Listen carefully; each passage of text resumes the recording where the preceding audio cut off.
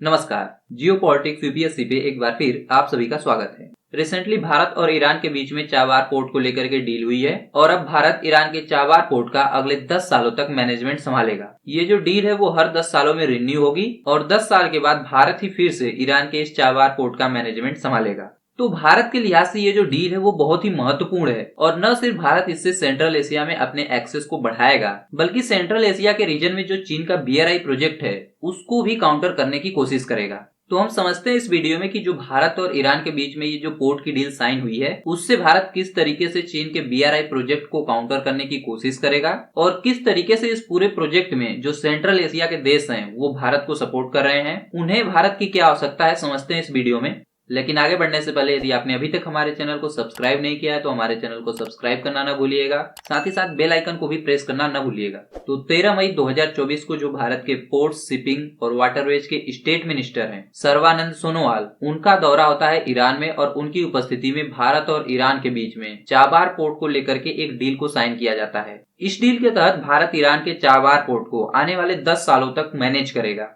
तो ये जो ईरान का चाबार पोर्ट है इसको भारत की एक company Indian ports global limited के द्वारा ऑपरेट किया जाएगा और ये कंपनी ईरान के चाबार पोर्ट में $120 मिलियन का इन्वेस्टमेंट करेगी। साथ ही साथ भारत की तरफ से ईरान के इस चाबार पोर्ट के डेवलपमेंट के लिए $250 मिलियन का एक्स्ट्रा लाइन ऑफ क्रेडिट भी दिया गया है। इसके पीछे मकसद ये है कि इस पोर्ट के थ्रू जो भी रोड एंड रेल नेटवर्क गुजरने वाले हैं उसका निर्माण और विकास किया जाना है। इसके थ्रू आप सभी जानते हैं कि भारत सेंट्रल एशिया, अफगानिस्तान और यूरेशिया तक अपनी पहुंच को बनाना चाहता है, क्योंकि फिलहाल के समय में भारत अपने यूरेशिया तक पहुंच को बनाने के लिए, यूरेशिया मतलब यूरोप और एशिया का रीजन जो कि यूरोप और रूस और उसके आसपास के रीजन को मिलाकर के बनता है, तो वहां तक फिलहाल अभी भारत पहुंचने के लिए रेड सी का रूट इस्तेमाल करता है। तो इस रेड सी के रूट से भारत को यूरोप और रूस तक पहुंचने में 40 से 45 दिनों तक का समय लग जाता है। और आप सभी जानते हैं कि जब से इजरायल और हमास के बीच में युद्ध छिड़ा है तब से ये जो पूरा रेड सी का रीजन है वो काफी एक्टिव हो चुका है। यहाँ पे मर्चेंट शिप्स के ऊपर यमन के हूती विद्रोहियों के द्वारा हमले किए जा रहे हैं। इसके अलावा इस पूरे रीजन में सोमालिया के पायरेट्स भी एक्टिव हुए हैं। तो इस रूट के थ्रू जो भी बिजनेसेस हो रहे हैं फिलहाल के समय में उसके ऊपर बहुत ही खतरे मंडरा रहे हैं। तो इन सब चीजों को देखते हुए ये जो भारत सरकार के द्वारा ईरान के साथ ये जो पोर्ट डील साइन हुआ है उससे भारत को सेंट्रल एशिया, यूरेशिया और अफगानिस्तान तक पहुंचने में मदद मिलेगी।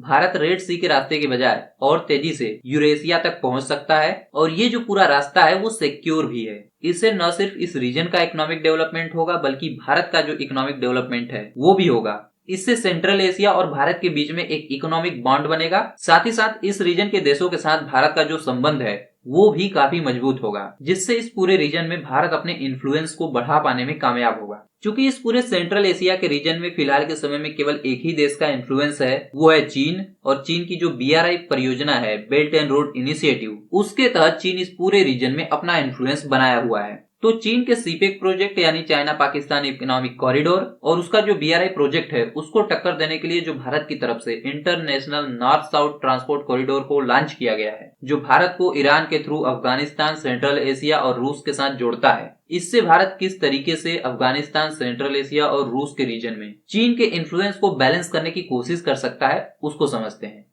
अब ये जो भारत और ईरान के बीच में आज के समय में जो चाबार पोर्ट को लेकर के डील साइन हुई है, इससे पहले इसकी शुरुआत होती है साल 2003 में। साल 2003 में ही भारत सरकार के द्वारा ये प्लान को अनाउंस किया जाता है कि भारत सरकार चाबार पोर्ट में इन्वेस्ट करने वाली है। भारत सरकार को साल 2003 में ही ये बात समझ में आ गई थी कि यदि अफगानिस्तान, सेंट्रल एशिया और रूस के रीजन में अपनी पहुंच को और ज्यादा मजबूत बनाना है तो इसके लिए हमें ईरान के रास्ते से इन सभी इलाकों में अपनी पहुंच बनानी होगी, क्योंकि पाकिस्तान भारत को इन रीजन में अपने पहुंच को बढ़ाने के लिए रास्ता नहीं दे सकता है। अब आप सोचिए कि जो प्लान भारत सरकार के द्वारा 2003 में बनाया गया था कि भारत सरकार ईरान के चाबार पोर्ट में इन्वेस्ट करेगी, तो उसका जो फॉर्मल एग्रीमेंट है ईरान के साथ उसको साइन करने में 12 साल लग गए। भारत और ईरान के बीच में ये जो पूरा प्रोजेक्ट है उसका फॉर्मल एग्रीमेंट 2015 में साइन हुआ। यानी 2015 से भारत सरकार ईरान के इस चाबार पोर्ट पर काम करना शुरू की और इस प्रोजेक्ट पर भारत सरकार की तरफ से तेजी तब दिखाई गई जब भारत के प्रधानमंत्री नरेंद्र मोदी का ईरान विजिट होता है साल 2016 में और उस समय भारत सरकार के द्वारा इस चाबार पोर्ट पर $500 मिलियन का इन्वेस्टमेंट किया जाता है। और कंस्ट्रक्शन का काम शुरू होने के अगले 2 साल बाद यानी साल 2018 में इस चाबार पोर्ट के कुछ टर्मिनल को चालू करने के लिए भारत सरकार के द्वारा फिर एक बार इन्वेस्टमेंट किया जाता है, जो होता है $25 मिलियन का। और ये इन्वेस्टमेंट किया जाता है भारत सरकार की एक company Indian ports global limited के द्वारा, जो कि इस पोर्ट को 2019 से संभाल रही है।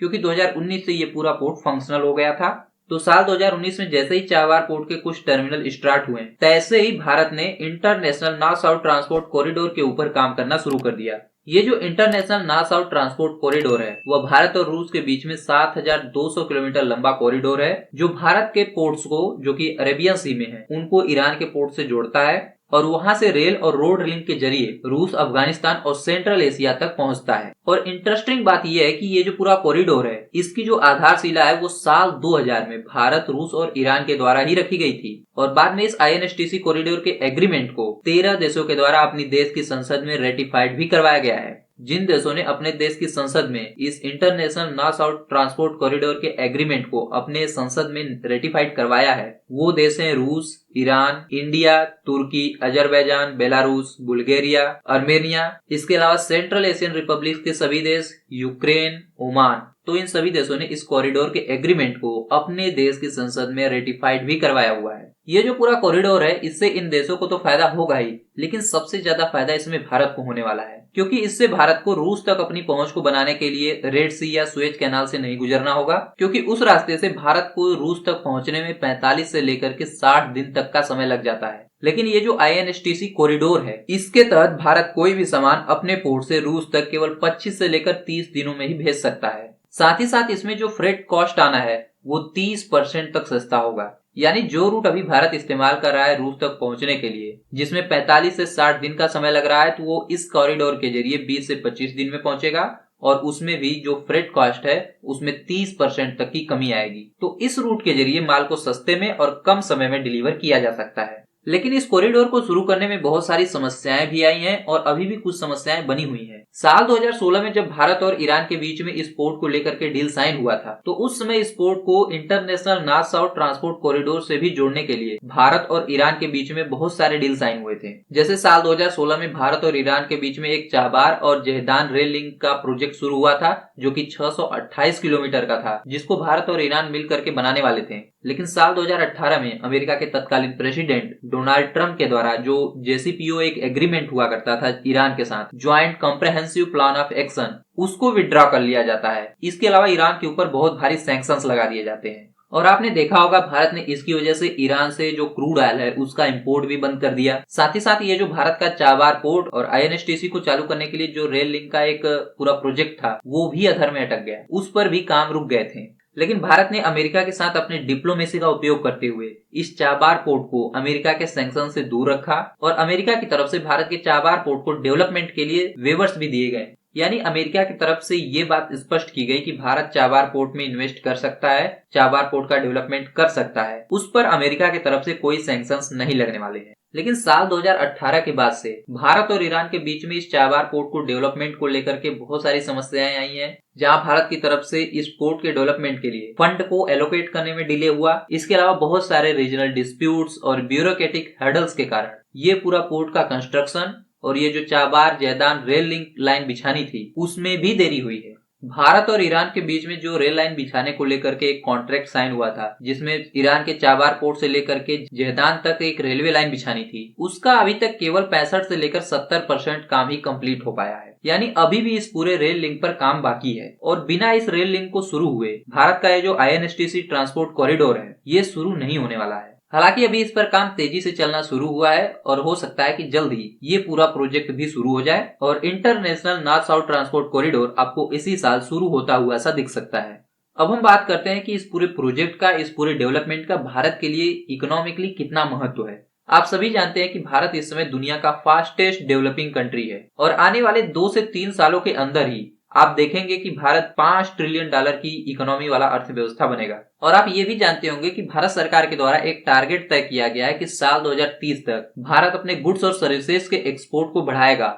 और उसको साल 2030 तक $1 ट्रिलियन करने का लक्ष्य है। साथ ही साथ भारत सरकार के द्वारा यह भी अपना लक्ष्य तय किया गया है कि साल 2030 तक भारत को एक मैन्युफैक्चरिंग हब के रूप में स्थापित करना है। और ऐसे में ये जो पूरा सेंट्रल एशिया का रीजन है, ये जो पूरा यूरेशिया का रीजन है, ये भारत के लिए इम्पोर्टेंट हो जाता है, क्योंकि इस पूरे रीजन के बिना भारत का ये जो प्लान है ये अधूरा रह सकता है, ये पूरा नहीं हो सकता। और इसलिए जरूरी है कि भारत का यूरेशिया, सेंट्रल एशिया और अफगानिस्तान के साथ जो पूरा कनेक्टिविटी है वो अच्छे से होनी चाहिए, ताकि स्मूथली गुड्स एंड सर्विसेज का एक्सपोर्ट इंपोर्ट हो रहा हो। और इसमें ये जो चाबार पोर्ट की डील है वो बड़ी भूमिका निभाने वाली है, क्योंकि ऐसा माना जा रहा है कि इस पोर्ट के जरिए जब Bharat international north south transport corridor को ओपन करेगा और भारत रूस सेंट्रल एशिया के बीच में जब ट्रेड होगा तो इस पूरे रूट से भारत 200 से लेकर के 300 बिलियन डॉलर इवन उससे भी ज्यादा इस पूरे रूट से ट्रेड कर सकता है। और ये भारत के इकोनॉमिक डेवलपमेंट के लिए काफी जरूरी है। ये भारत का जो एक लक्ष्य है भारत को मैन्युफैक्चरिंग हब बनाने का, साथ ही साथ 2030 तक भारत का जो एक लक्ष्य है कि भारत टोटल $1 ट्रिलियन का गुड्स एंड सर्विसेज का एक्सपोर्ट करे, तो उसको प्राप्त करने में ये रीजन काफी महत्वपूर्ण योगदान दे सकता है। इसके अलावा इससे पहले जो मैंने आपको ईरान और भारत के बीच में जो चाबार पोर्ट की डील हुई थी और उस पे अमेरिका ने जो धमकी दिया था सैंक्शंस का, उसके लिए जो वीडियो बनाया था उसमें मैंने आपको बताया था कि ये जो सेंट्रल एशिया का रीजन है वो हाइड्रोकार्बन रिच है, यानी ये जो पूरा INSTC का रूट है वो नेचुरल गैसेज और क्रूड ऑयल से भरा हुआ है। तो ये जो पूरा यूरेशिया का रीजन है, सेंट्रल एशिया का रीजन है, ये भारत की एनर्जी सिक्योरिटी में भी बड़ा योगदान देने वाला है। और ये जो मैंने पूरी वीडियो बनाई थी इसका लिंक आपको आई बटन में मिल जाएगा। तो ये जो मैंने वीडियो बनाई थी यदि आपने अभी तक नहीं देखा है तो इसको आप एक बार अवश्य देखिएगा। तो अब इसकी वजह से होगा क्या कि देखिए, जब इस पूरे रीजन में, सेंट्रल एशिया के रीजन में, यूरेशिया के रीजन में जब भारत का प्रवेश होगा इस कॉरिडोर के जरिए, तो चीन का जो इस पूरे रीजन में जो BRI प्रोजेक्ट चल रहा है और जो चीन का इस पूरे रीजन में इन्फ्लुएंस एक बना हुआ है उसमें आपको बहुत कमी देखने को मिलेगी, क्योंकि ये जो सेंट्रल एशियन देश हैं वो अभी पूरी तरीके से चीन के ऊपर डिपेंडेंट हैं। सेंट्रल एशिया के रीजन में ऑयल एंड नेचुरल गैस का काफी मात्रा में भंडार पाया जाता है, खास तौर से नेचुरल गैस का इस रीजन में भंडार है और इस समय इसका दोहन केवल चीन ही कर रहा है। क्योंकि सेंट्रल एशिया एक लैंडलॉक्ड एरिया है और चीन की यहाँ पे आसानी से पहुंच है, तो इस पूरे रीजन का जो शोषण है वो चीन के द्वारा किया जा रहा है। यहाँ के सभी देश अपने बिजनेसेस के लिए ज्यादा से ज्यादा चीन के ऊपर डिपेंडेंट हैं और सेंट्रल एशिया के सभी देश ये मानते हैं कि जो इनकी इकोनॉमी, जो इनका देश चीन के ऊपर डिपेंडेंट है, उसकी वजह से इनके देश को सोवर्निटी और टेरिटोरियल इंटीग्रिटी को खतरा पैदा होता है। क्योंकि BRI प्रोजेक्ट की वजह से ये जो सेंट्रल एशिया के कई देश हैं वो चीन के डेट ट्रैप पॉलिसी में फंसे हुए हैं। इसके अलावा BRI प्रोजेक्ट में चीन के द्वारा जो इंफ्रास्ट्रक्चर का निर्माण इन देशों में किया जा रहा है तो उसमें एनवायरमेंट और सोशल इम्पैक्ट का ध्यान नहीं दिया जा रहा है, तो इस वजह से भी इन देशों को BRI प्रोजेक्ट से बहुत समस्या है। साथ ही साथ BRI प्रोजेक्ट की वजह से इन देशों को यह भी दिक्कत है कि इसकी वजह से इनको जियोपॉलिटिकल टेंशन का भी सामना करना पड़ता है, क्योंकि BRI प्रोजेक्ट चीन के द्वारा चलाया जाता है और अमेरिका, भारत और रूस जैसे देश मानते हैं कि इस BRI प्रोजेक्ट के जरिए चीन इस पूरे रीजन में अपने इन्फ्लुएंस को बढ़ा रहा है और ये देश भी अब धीरे धीरे चीन के इन्फ्लुएंस में आ चुके हैं। तो इन सब वजहों से इस पूरे रीजन में जो एक जियोपॉलिटिकल टेंशन उत्पन्न होता है उसका भी ये देश सामना कर रहे हैं। और ऐसे में आप जान करके हैरान हो जाएंगे कि ये सभी सेंट्रल एशिया के देश चाहते हैं कि इस पूरे रीजन में भारत का पहुंच बढ़े, इस पूरे रीजन में भारत का इन्फ्लुएंस बढ़े, ताकि भारत की वजह से चीन का जो इन्फ्लुएंस है वो इस पूरे रीजन में कम हो पाए। भारत का इन्फ्लुएंस इस पूरे रीजन में बढ़ने से ये सेंट्रल एशिया के देश मानते हैं कि इन देशों की जो सोवर्निटी है और टेरिटोरियल इंटीग्रिटी है उसकी रक्षा हो पाएगी। और ये सभी देश मानते हैं कि भारत का ये जो कनेक्टिविटी प्रोजेक्ट है वो इस पूरे रीजन में एक गेम चेंजर साबित हो सकता है, क्योंकि इससे, इस प्रोजेक्ट से न सिर्फ इनको भारत की मार्केट मिलेगी बल्कि इस पूरे रूट के जरिए इनको इंडियन ओशियन का एक्सेस भी मिलेगा। तो न सिर्फ ये लैंडलॉक्ड देश भारत के साथ ट्रेड कर सकती हैं बल्कि इंडियन ओशियन रीजन में मौजूद बहुत सारे देशों के साथ ये ट्रेड कर सकती हैं। तो इस international north south transport corridor के जरिए इन सभी देशों के लिए एक इकोनॉमिक डेवलपमेंट का पूरा रूट खुल रहा है और इसकी वजह से ये सभी देश भारत को जबरदस्त तरीके से सपोर्ट कर रहे हैं, क्योंकि जैसे ही ये रूट ओपन होगा तैसे ही चीन के ऊपर से इनकी डिपेंडेंसी धीरे धीरे खत्म होने लगेगी। इनकी इकोनॉमी जो अभी तक चीन के ऊपर केवल डिपेंडेंट थी, तो भारत के इस प्रोजेक्ट की वजह से वो अब दुनिया के अन्य देशों के साथ ट्रेड कर सकते हैं, भारत के साथ ट्रेड कर सकते हैं, दुनिया के अन्य देशों के साथ भी अपने रिलेशन को बढ़ा सकते हैं। तो चीन के खतरे से इनको निपटने में बड़ी मदद मिलने वाली है। इसीलिए ये देखा गया था कि साल 2022 में भारत और सेंट्रल एशिया के बीच में पहली समिट आयोजित हुई थी और इस पूरी समिट में चाबार पोर्ट और INSTC कॉरिडोर को लेकर के बात हुई थी, जिसको लेकर के अप्रैल साल 2023 में इंडिया, ईरान और सेंट्रल एशिया ने इन सभी चाबार पोर्ट और INSTC कॉरिडोर पे काम करने के लिए एक ज्वाइंट वर्किंग ग्रुप भी बनाया था। तो इससे एक बात साफ साफ जाहिर होती है कि सेंट्रल एशिया के जो देश हैं वो भारत के साथ काम करने को बहुत उत्सुक हैं, वो भारत के साथ बिजनेसेस करने को बहुत उत्सुक हैं। वो तो चाहते हैं कि किसी तरीके से भारत इस पूरे रीजन में आए और चीन के BRI प्रोजेक्ट से और चीन का इनके ऊपर जो इन्फ्लुएंस है उससे इनकी रक्षा करे। तो ये जो पूरा international north south transport corridor है वो भारत के लिए न सिर्फ इकोनॉमिकली और स्ट्रेटेजिकली महत्वपूर्ण है बल्कि वो सेंट्रल एशिया, रूस और ईरान के लिए और अफगानिस्तान के लिए भी उतना ही महत्वपूर्ण है। इससे आप देखेंगे भारत की फॉरेन पॉलिसी, इकोनॉमिक पॉलिसी और डिफेंस पॉलिसी, इन तीनों के ऊपर इसका भारत के ऊपर बड़ा इम्पैक्ट पड़ेगा और ये इम्पैक्ट बहुत पॉजिटिव होगा। साथ ही साथ भारत INSTC प्रोजेक्ट के जरिए सेंट्रल एशिया के इस लैंड लॉक्ड रीजन को इंडियन ओशियन रीजन तक का एक्सेस देकर के इनको ओपन कर रहा है, इनकी इकोनॉमी को ओपन करने की कोशिश कर रहा है। तो इन देशों के साथ आने वाले समय में आप देखें कि भारत के संबंध बहुत ज्यादा मजबूत होने वाले हैं। मैं आपको दावे के साथ कह सकता हूं कि भारत का प्रभाव इस पूरे रीजन में चीन से भी बहुत ज्यादा होने वाला है और ये प्रभाव आपको आने वाले 4 से 5 सालों में देखने को मिलेगा। तो फिलहाल इस वीडियो में इतना ही। इस पूरे टॉपिक पर आपकी क्या राय है कमेंट बॉक्स में लिखना न भूलिएगा। और जाने से पहले मैं आपको कहना चाहूंगा कि यदि आप हमारे चैनल पर नए हैं और आपने अभी तक हमारे चैनल को सब्सक्राइब नहीं किया है तो हमारे चैनल को सब्सक्राइब करना न भूलिएगा, साथ ही साथ बेल आइकन को भी प्रेस करना न भूलिएगा और इस वीडियो को तो लाइक करना बिल्कुल भी न भूलिएगा। तो मिलते हैं एक नए वीडियो में, तब तक के लिए नमस्कार।